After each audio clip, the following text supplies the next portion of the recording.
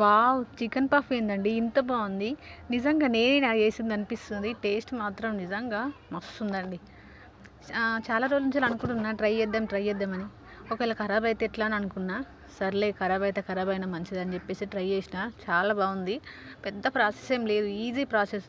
ఒక 4 చపాతీలు చేసుకొని ఒకదానిపైన ఒకటి వేసి ఒక డబ్బా షేప్లో కట్ చేసుకొని మనం చికెన్ కర్రీ ఎట్లా వండుతామో సేమ్ అట్లనే వండేసుకొని దాని లోపల పెట్టి ఆ ఇట్లా స్టఫ్ చేసేసి ఆ కర్రీ బయటికి రాకుండా మొత్తం క్లోజ్ చేసేయాలి. అంతే.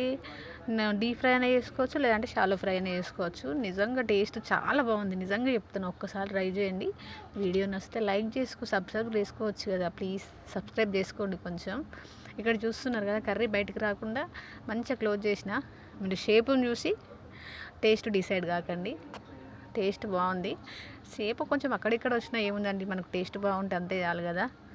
అందుకోసం అని చెప్పేసి షేప్ ఎట్లా వచ్చినా మంచిదే, టేస్ట్ మాత్రం బాగుండాలని చెప్పేసి మంచిగా వండిన కర్రీ.